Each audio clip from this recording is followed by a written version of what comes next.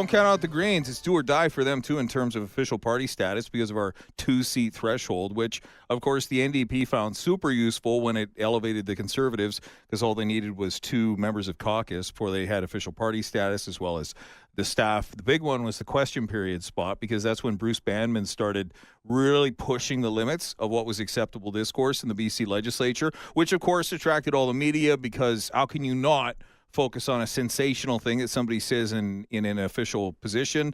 And from there, the Conservative popularity sort of fed back on itself. And instead of being hit with never-ending scorn, they have become so popular that I saw a poll result the other day that actually had them technically ahead of the NDP, although really close in terms of the number of different polls we've seen lately. That upward trend, undeniable for the Conservative brand, them doing exceedingly well.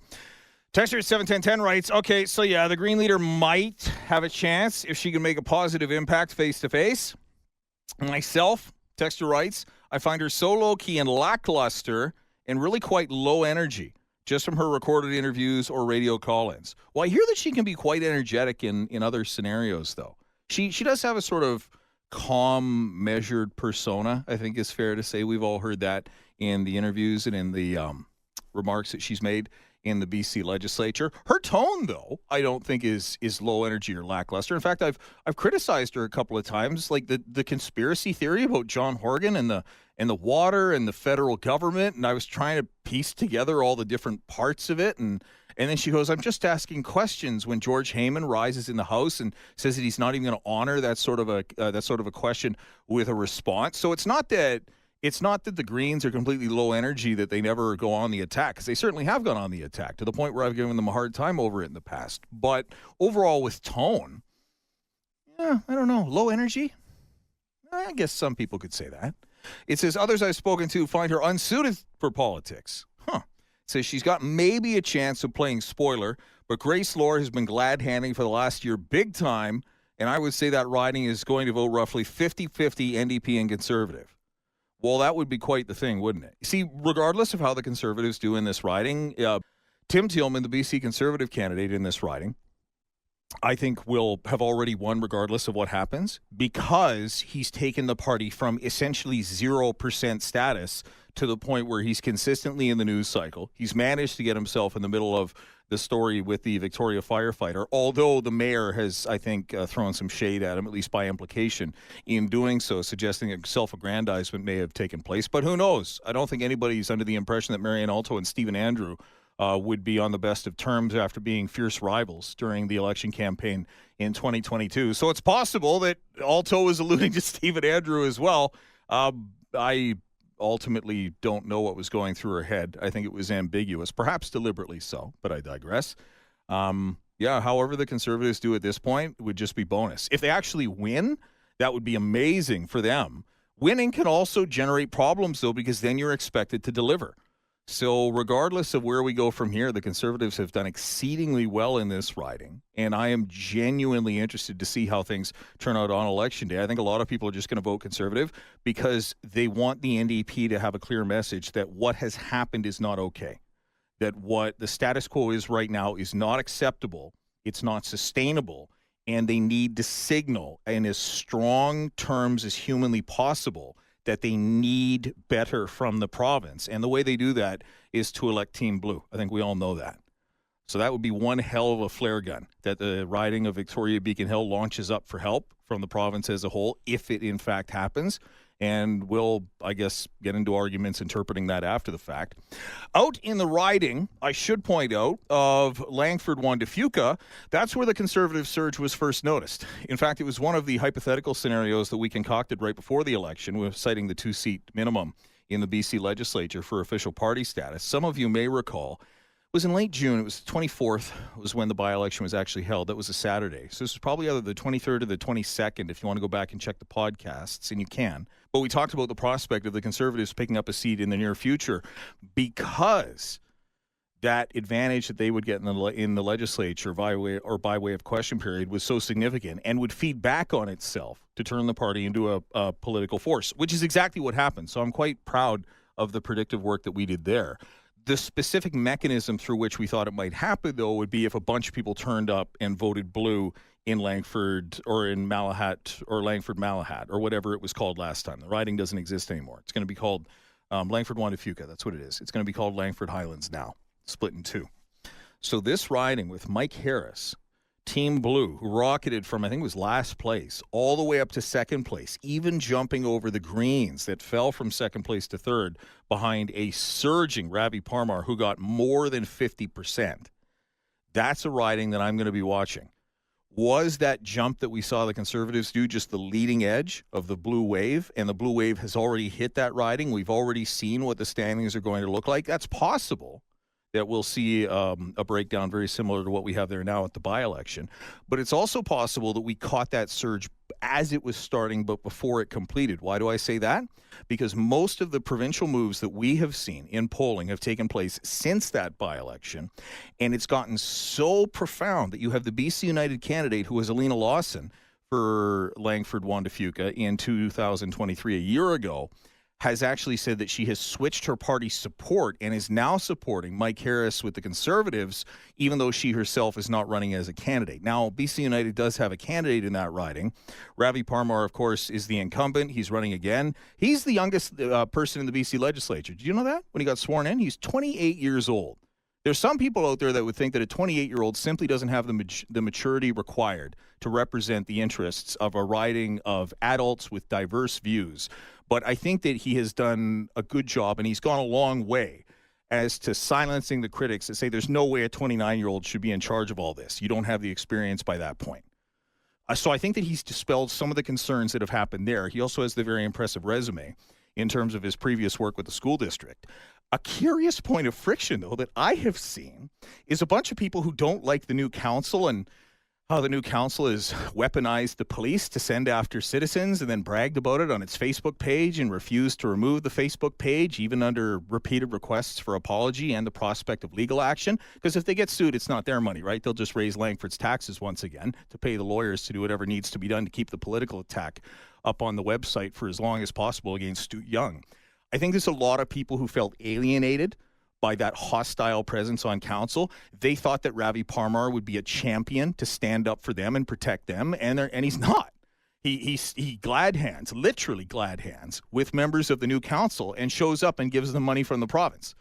So, if we reward the sort of behavior that we've seen so far in Langford municipal politics, those of us who are, and I don't think it's any secret, I've been attacked a bunch of times publicly.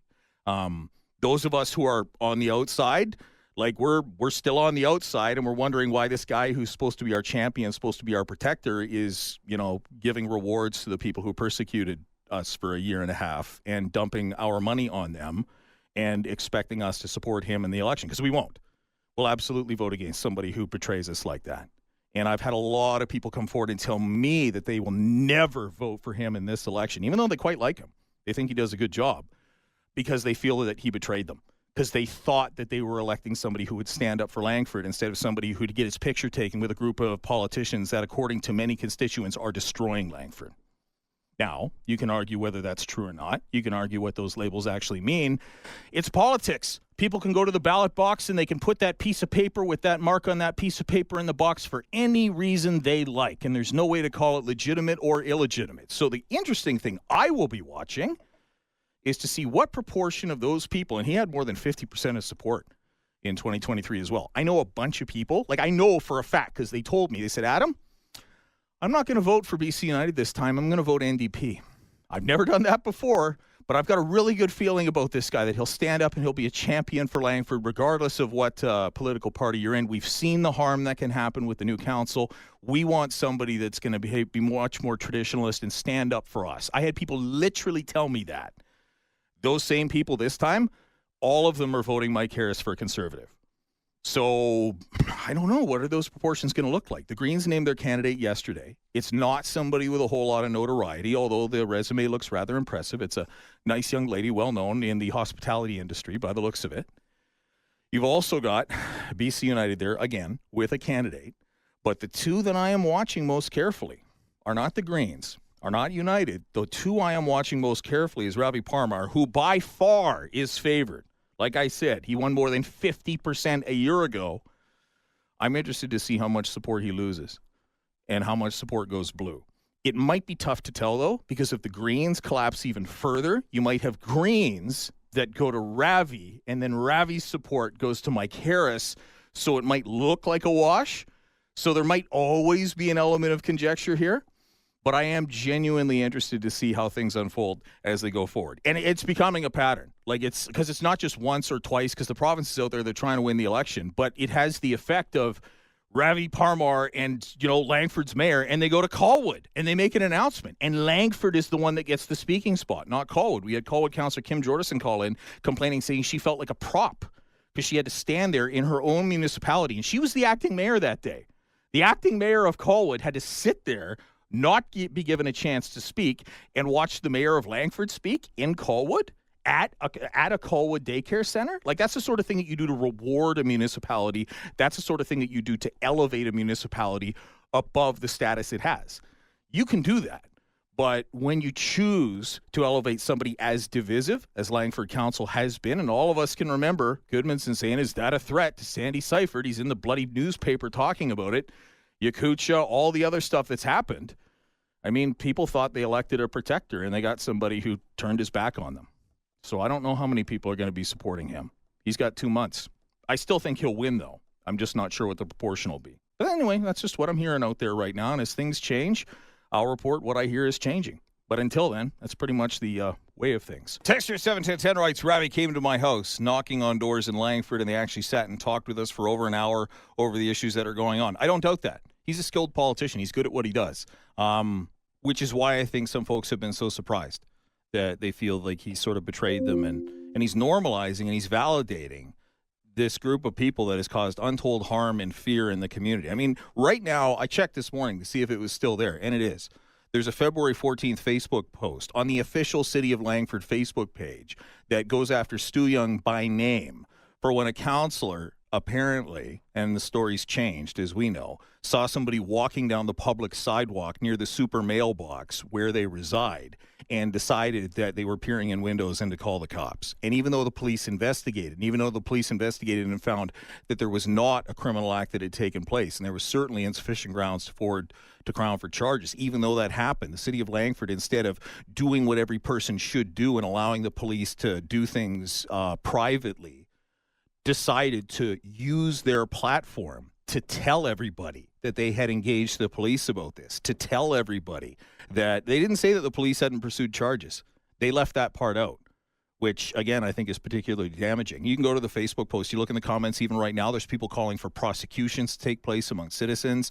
The post, it says Langford's at the most divided that it's ever been. That was only 6 months ago. There was never an apology issued for that. There was never any deletions issued for that. It just hangs over the people of Langford as to what their government can do if it wants to.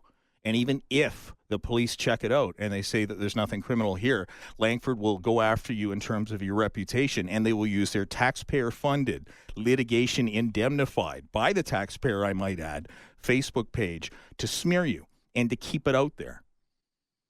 I mean, that's an awful thing for anybody to have to deal with. I've had people tell me, Adam, I will never get involved in City Hall politics in Langford because they might remember me and see me walk down the road a year from now. Even if I live there, even if it's where my house is, or if I'm visiting somebody I know, they might see me, remember me from City Hall, freak out, call the cops and hold a press conference about it and ruin my life, even though I did nothing criminal. Why would I risk getting involved? And I don't know what to tell them. That shouldn't be possible. That shouldn't have happened. That was crazy that happened. And it's still up there. They never fixed it. And Ravi Parmar shaking their hand? Why would people vote for that? No, people are going to vote for somebody who stands up for their interests. And if a partisan divide is what it takes, they'll vote Mike Harris. They'll vote Conservative. Just send a message. Or maybe they won't. I don't know. We're 60 days away. But it is what it is. So I'll be watching that riding very closely. I don't know what happened either. It was like peril, and because they falsely accused the province the same week. It was February. They also passed that motion 6-1, accusing the BC government of violating the Constitution, and they wanted the AVICC to approve the motion to explore legal action against the province. Like, where's the? I don't know. Maybe Ravi got an apology privately. Maybe Ravi had them walk that back privately, and that's why they're friends now. But in terms of the public, no. Like the public has a gun to its head. Like, in terms of the official state apparatus being brought down on it, that threat never was dispelled. It is still there right now and can be wielded and re-engaged at any time because there was no formal consequences that came, that I know of at least, to anybody at City Hall because of that. Okay. But like, people, like, if you're on the other side of that, how are you supposed to look up at that announcement and feel good that the council that did it is announcing a new American-style mega school behind the Costco? Like, some people really like American-style mega schools behind the Costco, although I don't think it's going to be that popular. That's just my opinion. But, like, how are you supposed to feel positive about that? Like, there was never a resolution. It's still there. It could happen again today. It may have already happened, and we just don't know about it yet. Like, that's the sort of thing that people worry about out there if they're politically active, politically involved. That just doesn't, like, just because an MLA decides he doesn't care about that doesn't mean his people don't care about that, to be clear. Anyway, 250-386-1161.